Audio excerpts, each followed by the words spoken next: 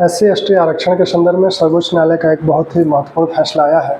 तो उस फैसले की बात करेंगे हम लोग, साथ में ये भी देखेंगे कि संविधान में आरक्षण संबंधी क्या क्या प्रावधान है। यह जो फैसला आया है, इसमें सर्वोच्च न्यायालय ने यह कहा है कि राज्य SC/ST आरक्षण के संदर्भ में उन जातियों का उपवर्गीकरण कर सकते हैं। इसको पहले वर्गीकरण को हम लोग समझ लें। SC और ST अनुसूचित जाति 15% आरक्षण जो इसको मिलता है। अनुसूचित जनजाति को 7.5% आरक्षण मिलता है। मान लीजिए किसी राज्य की अनुसूचित जाति की जो सूची है उसमें 25 जातियां हैं। इन 25 जातियों को सम्मिलित रूप से 15% आरक्षण मिलेगा। अब राज्य ये देखता है कि इसमें से कुछ जातियों को का एक ग्रुप बना देता है। जैसे मान लीजिए 5 जातियों को मिला के एक ग्रुप बना दिया, 3 जातियों को मिला के एक ग्रुप बना दिया, 7 जातियों को मिला के एक ग्रुप बना दिया। तो इस तरह से इन 25 का उपवर्गीकरण कर सकता है। अब इस 15% में से ही इनको आरक्षण, इन ग्रुपों को भी आरक्षण इसी अनुसार देना है, 15% में से ही देना है। तो 15% का इनको कहा कि इनको 30% मिलेगा, इनको 20% मिलेगा, इनको मान लीजिए 10% मिलेगा। वो कहता है कि इन 25 में से जो 5 जातियाँ हैं, इन 5 जातियों का जो वर्ग है, इन लोगों को इस 15% का 30% आरक्षण मिलेगा। ये जो 3 जातियाँ हैं, इनको इस 15% का 20% आरक्षण मिलेगा। ये जो 7 जातियाँ हैं, इनको इस 15% का 10% आरक्षण मिलेगा। यही उपवर्गीकरण है। तो राज्य ऐसा क्यों करेगा, कब करेगा? दरअसल जो अनुसूचित जातियाँ हैं उनमें से कुछ जातियाँ समाज की मुख्य धारा में आ गई हैं, उन्हें आरक्षण का बेहतर लाभ मिला है और समाज की मुख्य धारा में आ गई हैं, संसाधन संपन्न हो गई हैं, सामाजिक स्टेटस भी उनका अच्छा हो गया है। और कुछ जातियां ऐसी हैं जो आज भी उपेक्षित हैं, शिक्षा का प्रसार वहाँ नहीं है, जागरूकता नहीं है, आर्थिक विपन्नता है। तो उनको ऊपर लाने के लिए ये कहा गया जो समाज की मुख्य धारा में लगभग आ चुके हैं उनको कम आरक्षण दिया जाए, कम प्रतिशत दिया जाए, और जो उपेक्षित वर्ग हैं, जो अभी मुख्य धारा में नहीं आए हैं, संसाधन विहीन हैं, उन्हें ज़्यादा आरक्षण की आवश्यकता है। तो ये कोटा इस कारण से राज्य निर्धारित करना चाहते हैं। यह कहानी शुरू हुई पंजाब से।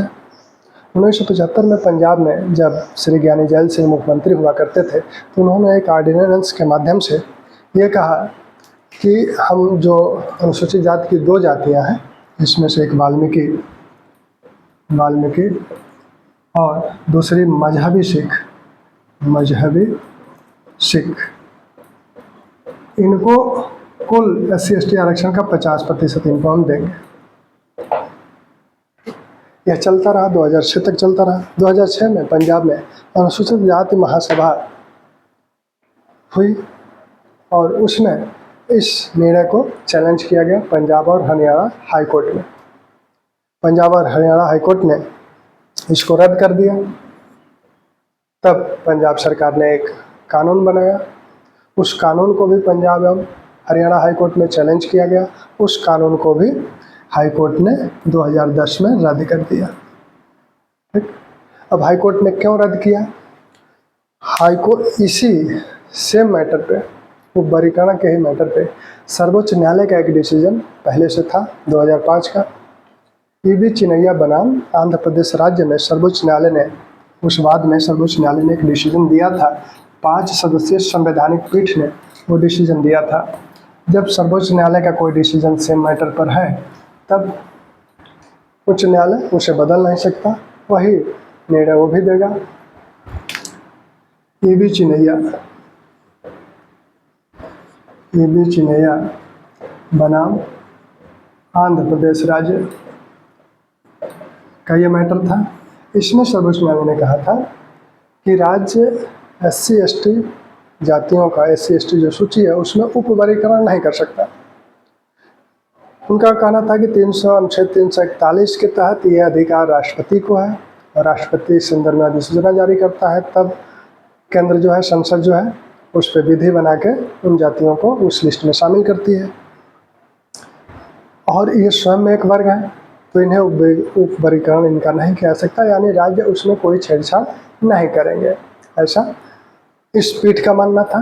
5 सदस्यीय पीठ थी और हाई कोर्ट भी सेम वही डिसीजन देगा ही देगा, वो उसकी मजबूरी है, क्योंकि सर्वोच्च न्यायालय का जो डिसीजन है उसको हाई कोर्ट नहीं बदल सकते। अब पंजाब सरकार सुप्रीम कोर्ट में गई।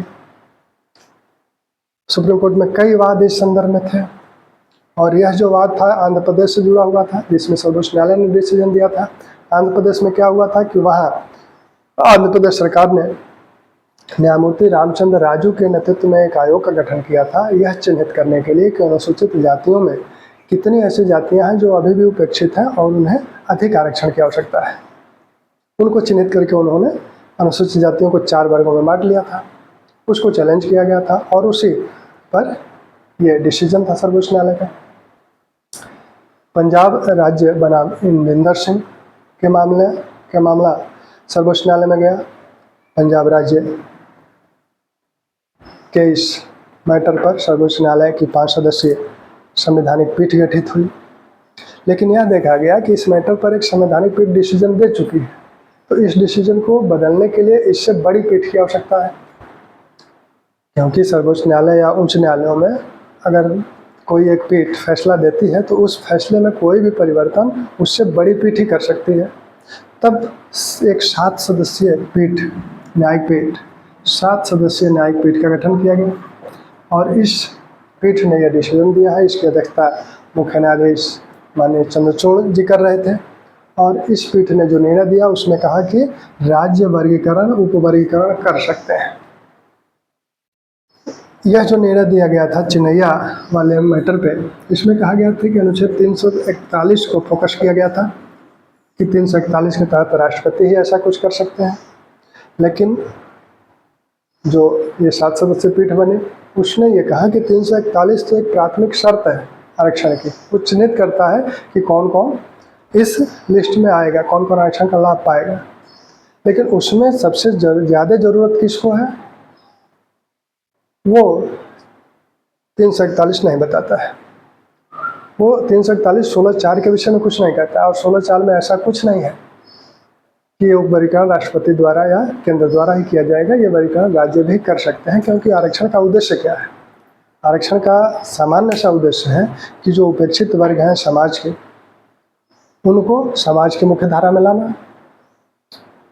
जो संसाधन विहीन है, उपेक्षित है, आर्थिक रूप से विपन्न है, जो कि समानांतर रूप से फाइट नहीं कर सकते, प्रतिस्पर्धा नहीं कर सकते, उनको प्रतिस्पर्धा में थोड़ी सी रियायत देना है, जिससे कि वो आगे चलकर समाज की मुख्य धारा में शामिल हो जाए। तो SC ST में भी जो वर्ग समाज की मुख्य धारा में आ गया है और आरक्षण का, क्योंकि वो साधन संपन्न है, तो वही आरक्षण का सर्वाधिक लाभ ले रहा है। तो ऐसे में आरक्षण का जो उद्देश्य है कि विपन्न वर्गों को, जो उपेक्षित वर्ग हैं, उनको मुख्य धारा में लाना, ये उद्देश्य पूरा नहीं हो रहा है। ये उद्देश्य उपवर्गीकरण के माध्यम से पूरा हो जाएगा। फिर सर्वोच्च न्यायालय ने यह भी कहा कि उपवर्गीकरण जो किया जाएगा यह जो है राजनीतिक हित के लिए नहीं किया जाएगा। इस संदर्भ में पर्याप्त डाटा आपके पास होना चाहिए कि अनुसूचित जाति की लिस्ट में से कौन सी जातियां ऐसी हैं जो कि अभी लाभ नहीं ले पाई हैं, उपेक्षित हैं, उन्हीं को ये लाभ मिलना चाहिए। इसका राजनीतिकरण नहीं होना चाहिए, क्योंकि अगर आपके पास पर्याप्त डाटा नहीं है तो इसकी समीक्षा न्यायालय कर सकता है। इसी पर डिसीजन देते हुए इस पीठ ने ये कहा, इसमें से एक न्यायाधीश ने यह भी कहा कि SC में भी क्रीमी लेयर की बात होनी चाहिए, SC और ST में भी क्रीमी लेयर की बात होनी चाहिए। दरअसल क्रीमी लेयर की जो अवधारणा थी वह इंदिरा साहनी बनाम भारत संघ के वाद में 1992 में सर्वोच्च न्यायालय ने दी थी। इंदिरा साहनी बनाम भारत संघ का जो केस है, जिसे मंडल केस के नाम से भी जाना जाता है, मंडल आयोग की रिपोर्ट जब लागू हुई थी उसी संदर्भ में इंदिरा साहनी सर्वोच्च न्यायालय के एक एडवोकेट थे, उन्होंने ये केस दायर किया था। उस पर 9 सदस्यीय संवैधानिक पीठ ने ये निर्णय दिया था। उसमें उन्होंने OBC के विषय में डिसीजन थे, तो उसमें उन्होंने एक क्रीमी लेयर की बात की थी कि OBC का वो वर्ग, वो जातियाँ जो कि मुख्य धारा में आ चुकी है, वो परिवार जो मुख्य धारा में आ चुका है, जातियों की बात नहीं कही गई थी, परिवारों की बात कही गई थी, जो मुख्य धारा में आ चुके हैं, जिनकी जो आर्थिक आय है वो एक सीमा से ऊपर है, स्टेटस उनका जो है वो बेहतर है समाज में, उन लोगों को ये लाभ नहीं मिलेगा। क्रीमी लेयर में जो उस समय न्यायालय ने कहा था कि सरकार इस पर एक क्राइटेरिया निर्धारित करे कि किसे किसे क्रीमी लेयर में रखा जाएगा। सरकार ने अब जो वर्तमान में क्रीमी लेयर की अवधारणा है वो है कि 8 लाख वार्षिक आय से ऊपर जिन परिवारों की आय है उनके बच्चों को ये क्रीमी लेयर माना जाएगा और उन्हें आरक्षण का लाभ नहीं मिलेगा। ओबीसी का आरक्षण, ओबीसी के हैं वो, लेकिन वो आरक्षण का लाभ उन्हें नहीं मिलेगा। साथ में कुछ पदों की भी बात की थी कि माता पिता अगर क्लास वन की सर्विस कर रहे हैं या फिर सेना में अगर सर्विस कर रहे हैं, कर्नल या कर्नल से उच्च पदों पे हैं, तब उन्हें आरक्षण के लाभ नहीं मिलेंगे। जो क्लास 2 के माता पिता, अगर पिता क्लास 2 में है और वह 40 वर्ष की अवस्था में अगर प्रमोट करके क्लास 1 में चला गया तो वो भी क्रीमी लेयर में माना जाएगा। तो इस तरह का एक क्राइटेरिया क्रीमी लेयर के संदर्भ में निर्धारित कर दिया गया। इस बेंच के एक न्यायाधीश ने भी कहा कि क्रीमी लेयर की बात होनी चाहिए। गवाई जो एक इस बेंच में एक न्यायाधीश थे, उन्होंने कहा कि एससी और एसटी में भी क्रीमी लेयर की बात होनी चाहिए। हालांकि पूरी पीठ का ये फैसला नहीं है, लेकिन यह चर्चा अब शुरू हो गई कि एससी एसटी में भी क्रीमी लेयर की बात होनी चाहिए। इंदिरा साहनी बनाम भारत संघ का जो केस था 1992 में, उसमें ओबीसी के संदर्भ में उपवर्गीकरण की बात सर्वोच्च न्यायालय ने उसमें कही थी कि आप उपवर्गीकरण कर सकते हैं, और यहाँ भी सर्वोच्च न्यायालय ने कह दिया कि एससी और एसटी के संदर्भ में भी राज्य उपवर्गीकरण कर सकते हैं। ठीक, अब हम लोग ये देखें कि संविधान में आरक्षण संबंधी जो प्रावधान है या अनुसूचित जातियों जनजातियों संबंधी जो प्रावधान है, उसमें अनुच्छेद 15, अनुच्छेद 16, अनुच्छेद 335, 338, 341, 342, 338 का ये इन अनुच्छेदों में अनुसूचित जातियों जनजातियों और आरक्षणों की बात कही गई है। तो हम लोग एक एक करके इन अनुच्छेदों को लें। अनुच्छेद 41, इसमें कहा गया है कि कौन सी जाति अनुसूचित जाति मानी जाएगी, इसका निर्धारण राष्ट्रपति करेंगे और वो संबंधित राज्य के राज्यपाल से सलाह करके करेंगे। जब इसका निर्धारण राष्ट्रपति कर लेंगे तो इस संदर्भ में एक अधिसूचना जारी करेंगे। उस अधिसूचना के आधार पर संसद विधि बनाकर उस जाति को अनुसूचित जाति की लिस्ट में शामिल कर लेगी। ठीक, फिर 342 की बात कही गई। इसमें यह कहा गया कि जो अनुसूचित जातियां हैं वो केंद्र की एक अलग लिस्ट हो सकती है, राज्य की अलग लिस्ट हो सकती है। ठीक, तो दोनों की लिस्टें अलग अलग हो सकती है। केंद्र के संदर्भ में अनुसूचित जाति की दूसरी लिस्ट होती है, राज्य के संदर्भ में दूसरी लिस्ट होती है। कुछ जातियां कॉमन होती हैं, हो सकता है कुछ जातियां उस लिस्ट में हो, इस लिस्ट में ना हो। तो 341 ये कहता है। 342 वही बात करता है, लेकिन अनुसूचित जनजाति के संदर्भ में करता है। अनुसूचित जनजाति का निर्धारण भी राष्ट्रपति द्वारा ही किया जाएगा, संबंधित राज्य के राज्यपाल से सलाह करके, और उस संदर्भ में वो एक अधिसूचना जारी करेंगे, जब जिसके आधार पर संसद जो है विधि बनाकर उस जाति को अनुसूचित जनजाति में शामिल करेगी। अनुच्छेद 15 समता का अधिकार है, जो मूलाधिकार है हमारे संविधान में। तो समता के अधिकार में ही अनुच्छेद 15 भी है। अनुच्छेद 15 कहता है कि धर्म, मूल, वंश, जाति, धर्म, मूल, वंश, जाति, लिंग, जन्म स्थान, 5 चीज़ों को का उल्लेख करता है। धर्म, मूल, वंश, जाति, लिंग, जन्म स्थान, इस आधार पर इनमें से केवल या इनमें से किसी भी आधार पर किसी नागरिक के साथ राज्य विभेद नहीं करेगा। 15 कहता है कि इन आधारों पर, इनमें से किसी भी आधार पर राज्य किसी भी नागरिक के साथ कोई भी भेद नहीं करेगा। राज्य जो भी कार्य करेगा उसमें इस आधार पर भेद नहीं कर सकता कि इनका जन्म स्थान यहाँ है या इनका लिंग यहाँ है या इनकी जाति है। ठीक, 15(2) कहता है कि सिर्फ राज्य ही नहीं बल्कि नागरिक भी एक दूसरे के साथ इन आधारों पर कोई विभेद नहीं करेगा। जैसे किसी होटल में कोई सार्वजनिक कुआं है, सार्वजनिक सड़क है, उसका प्रयोग करना है, तो हम किसी आधार पर, इनमें से किसी आधार पर किसी को रोक नहीं सकते।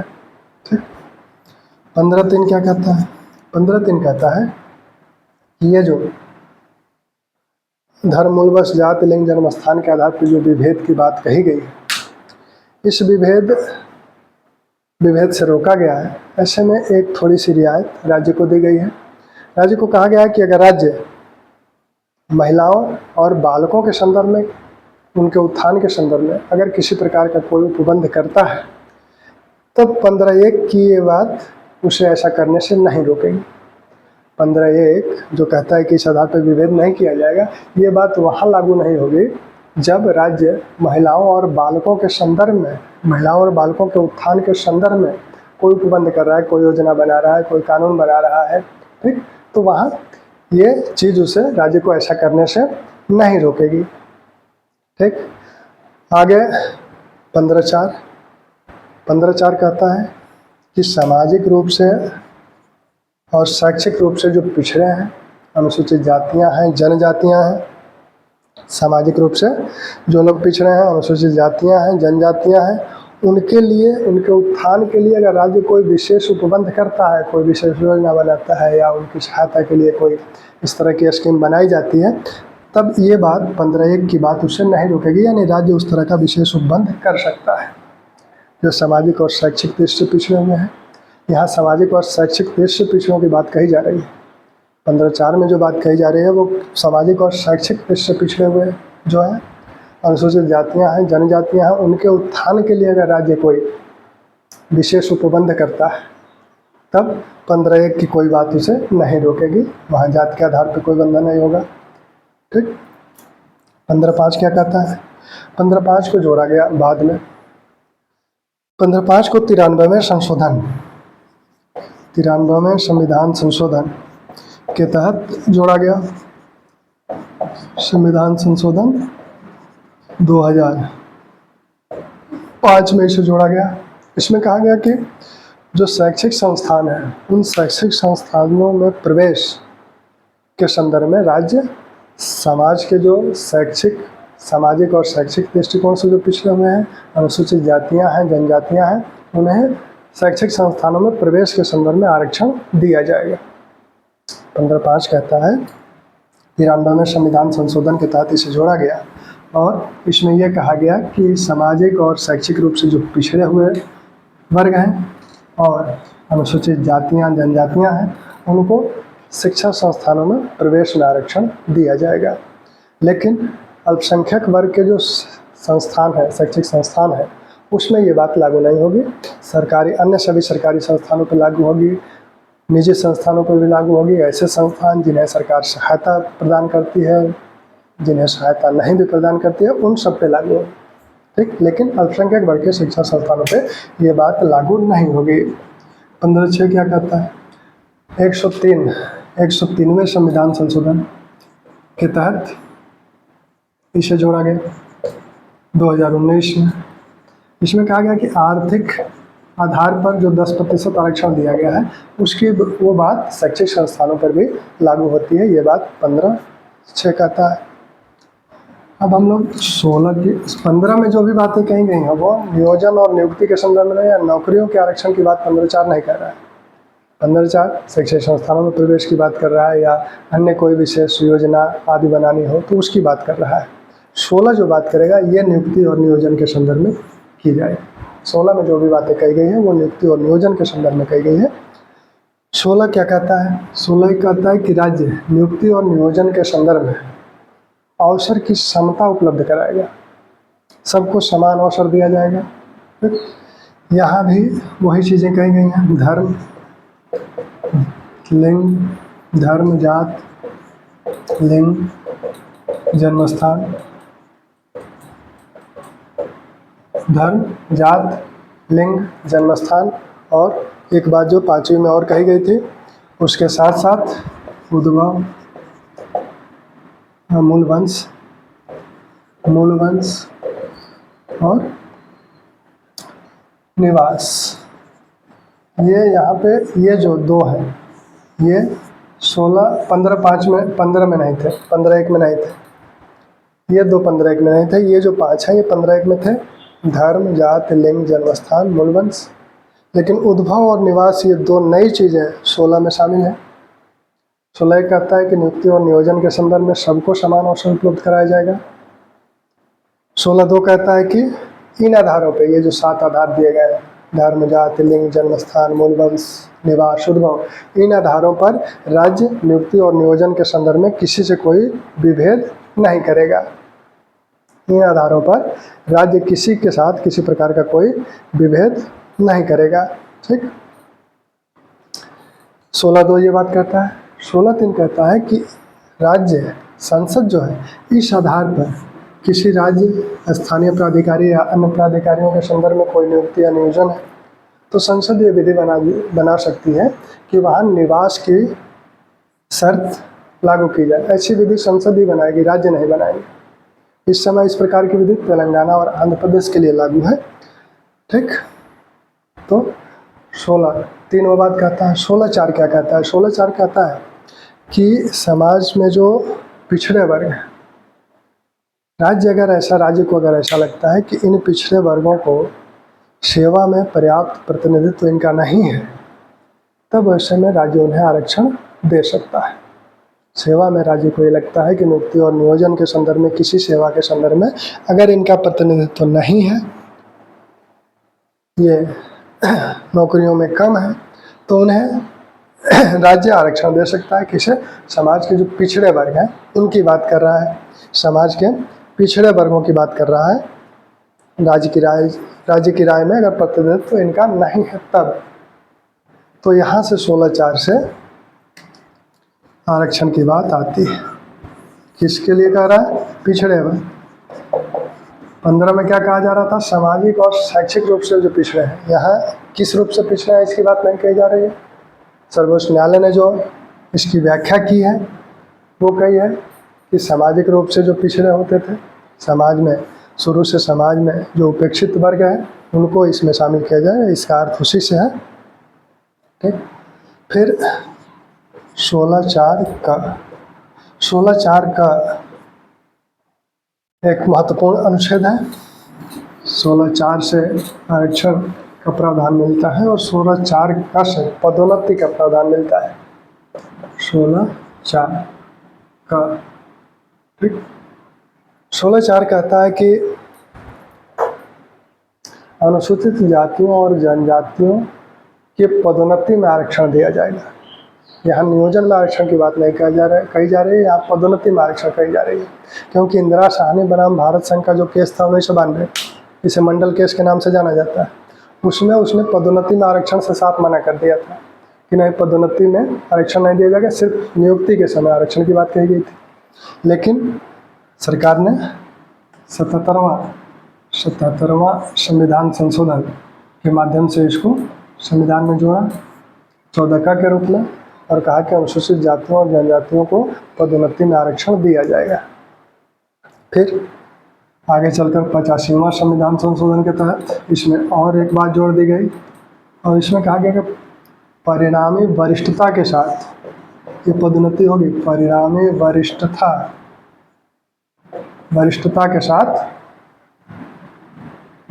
के साथ ये पदोन्नति दी जाएगी। सामान्य रूप से पदोन्नति नहीं होगी। परिणामी वरिष्ठता का क्या मतलब है कि अगर मान लीजिए 2 लोगों की नियुक्ति एक साथ होती है, एक सामान्य वर्ग की नियुक्ति है, एक अनुसूचित जाति की नियुक्ति है। अनुसूचित जाति का व्यक्ति प्रमोट होकर उसके ऊपर वाले पद पे चला जाता है, तो वह जो प्रमोट होके जाता है और नीचे वाला जो सामान्य वर्ग का व्यक्ति है वह अगर मान लीजिए 5 साल बाद वहाँ प्रमोट होके आता है, तो ये जो जनरल कैटेगरी है, जो SC कैटेगरी है, तो इनकी नियुक्ति एक साथ हुई थी, सीनियरिटी इनकी लगभग समान है। यहाँ ये प्रमोट करके चले गए, 5 साल बाद ये यहाँ जाते हैं, तो अब ये ऐसा नहीं होगा कि इनकी सीनियरिटी यहाँ समान रहेगी। ये अब इस पद पे ये सीनियर है, ये जूनियर रहेंगे।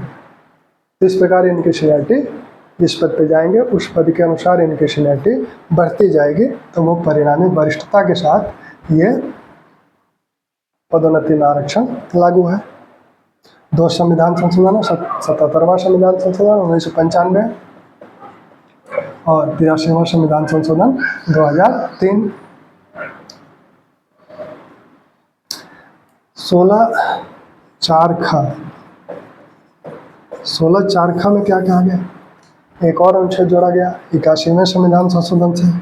81वां संशोधन किया गया और इस संशोधन से 2001 में इसमें कहा गया कि बैकलॉग की जो भर्तियाँ हैं, जो पिछले वर्ष रिक्त स्थान है इन वर्गों के, ओबीसी के हों या SC/ST के हों, उनको जोड़ने के लिए, उनको भरने के लिए नई विज्ञप्ति लाई जा सकती है। यानी ये बैकलॉग की बात करता है। बैकलॉग की जो नियुक्तियाँ होती हैं उसकी बात करता है 16(4) ख। ठीक, तो ये अब 16 में एक और अनुच्छेद है, 16(5) कि अगर धार्मिक कोई संस्थान है तो उस धार्मिक संस्थान में उसके जो अपना प्रशासकीय ढांचा है उसमें उस प्रशासकीय ढांचे के पदों पर किन की नियुक्ति होगी। तो 16(5) कहता है कि इस संदर्भ में नियुक्ति जो होगी वो उस धर्म से संबंधित लोगों की ही हो सकती है। फिर 16(6) कहता है, 16(6) फिर वही बात करता है, 103वां संविधान संशोधन 2019 में जो हुआ 10% आर्थिक आधार पर जो आरक्षण की बात कही गई, तो यहाँ 16(6) भी वही बात कर रहा है कि इनको भी 10% आरक्षण दिया जाएगा। ठीक, नियोजन के संदर्भ में, नियुक्ति और नियोजन के संदर्भ में। तो 16 नियुक्ति और नियोजन की बात करता है। 15 में जो आरक्षण दिए गए हैं वो शैक्षिक संस्थानों में प्रवेश संबंधी या अन्य अगर कोई उपाय सरकार करना चाहती है नियुक्ति और नियोजन को छोड़ के, तो वो विशेष उपबंध उनके लिए कर सकती है। 335 अनुच्छेद 335 में अनुसूचित जाति और जनजाति के आरक्षण की बात कही गई है कि अनुसूचित जाति और जनजाति को आरक्षण दिया जाएगा। ओबीसी के आरक्षण तो बाद में दिए गए, SC और ST के आरक्षण पहले से ही चल रहा है, तो संविधान से ही चल रहा है, 335 से ही चल रहा है। लेकिन इसमें एक बात और कही गई कि यह आरक्षण देते समय इस बात का ध्यान रखा जाएगा, किस बात का, प्रशासनिक दक्षता का, प्रशासनिक दक्षता का ध्यान रखा जाएगा। इससे किसी प्रकार की प्रशासनिक दक्षता डिस्टर्ब ना हो, यानी प्रशासनिक दक्षता बनी रहे, इस प्रकार का प्रावधान नहीं किया जाएगा जिससे कि प्रशासनिक दक्षता में कोई गिरावट आए। आरक्षण इन्हें दिया जाएगा SC/ST को, लेकिन प्रशासनिक दक्षता को ध्यान में रखते हुए। नागराज का जो डिसीजन आया था सर्वोच्च न्यायालय का, जिसमें पदोन्नति के संदर्भ में जो आरक्षण की बात कही गई थी 2006 में, वो डिसीजन आया था, उसने पदोन्नति में आरक्षण को जायज़ माना, लेकिन साथ में ये भी कहा सरकारों से कि वो पहले तो ये बताएं, क्योंकि ये जो आरक्षण दिए जा रहे हैं कब दिए जाएंगे, जब प्रतिनिधित्व कम हो, तो ये पहले अपने डाटा एकत्रित करें और उसमें ये साबित करें कि प्रतिनिधित्व कम है, साथ में प्रशासनिक दक्षता न प्रभावित हो। तो इन बातों को ध्यान में रखकर राज्य इस पर अपना कार्य कर सकते हैं। फिर 2018 में इसी पे एक डिसीजन आया जनरल सिंह के बाद में। जनरल सिंह के बाद में ये कहा गया कि प्रशासनिक दक्षता को कैसे डिफाइन किया जाएगा। तो यहाँ पदोन्नति में जो समस्या आ रही है वो डाटे और प्रशासनिक दक्षता को डिफाइन करने के संदर्भ में आ रही है।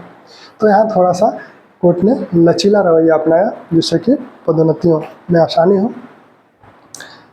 341 और 342 की बात हम लोग कर ही चुके हैं। 338 और 338 का 338 जो अनुच्छेद है यह अनुसूचित जाति और जनजाति के लिए एक विशेष अधिकारी, प्रारंभ में संविधान के प्रारंभ में इसमें कहा गया था कि विशेष अधिकारी की नियुक्ति की जाएगी, किसके लिए, अनुसूचित जाति और अनुसूचित जनजाति के लिए, जिससे कि जो संवैधानिक उपबंध उनके लिए किए गए हैं उनको किस तरह से लागू किया जा रहा है, ये इस बात को देखेगा।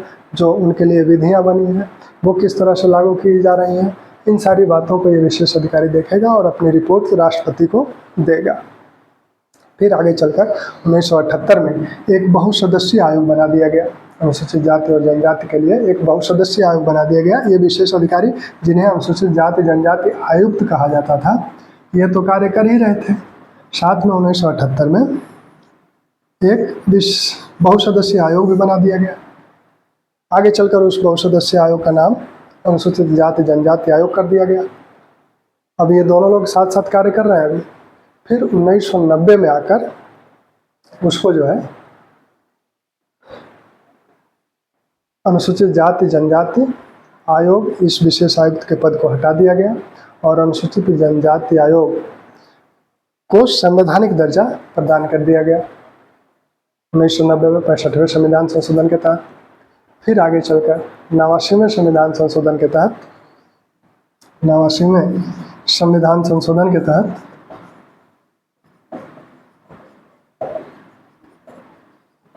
इस संविधान संशोधन के तहत अनुसूचित जाति के लिए 338 में अनुसूचित जाति आयोग का उल्लेख किया गया और 338 का एक नया अनुच्छेद जोड़ा गया। उसमें कहा गया कि एक अलग अनुसूचित जनजाति आयोग होगा, यानी इस आयोग को 2 भाग में बांट दिया गया। 65वें संविधान संशोधन के तहत जो संवैधानिक दर्जा दिया गया था अनुसूचित जाति जनजाति आयोग को, उसे 89वें संविधान संशोधन के तहत 2 भाग में बांटा गया। एक जो अनुसूचित जातियों के लिए कार्य करेगा, दूसरा जो अनुसूचित जनजातियों के लिए कार्य करेगा। इस आयोग में एक अध्यक्ष, एक उपाध्यक्ष और 3 सदस्य होते हैं। इनकी नियुक्ति राष्ट्रपति द्वारा की जाती है। दोनों आयोगों की वही स्थिति है।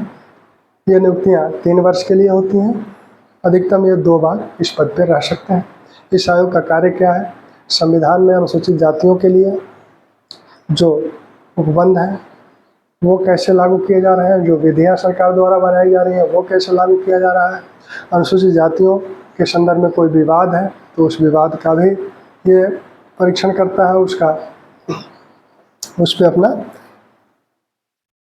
उसकी सुनवाई करता है और उस सुनवाई में उसे दीवानी न्यायालय का अधिकार प्राप्त है। ये किसी को सम्मन जारी कर सकता है, किसी न्यायालय में कोई अभिलेख है उसे मंगा सकता है।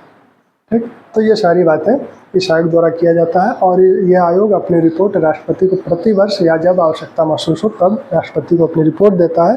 राष्ट्रपति उस रिपोर्ट को संसद में रखवाते हैं और अगर उस रिपोर्ट की जो भी सिफारिशें की गई हैं अगर उसको नहीं माना गया तो इस संदर्भ में संसद जो है एक ज्ञापन भी देती है कि ये चीज़ें नहीं स्वीकृत की गई हैं। ठीक, तो ये अनुसूचित जातियों जनजातियों से संबंधित कुछ बातें हम लोग आज किए।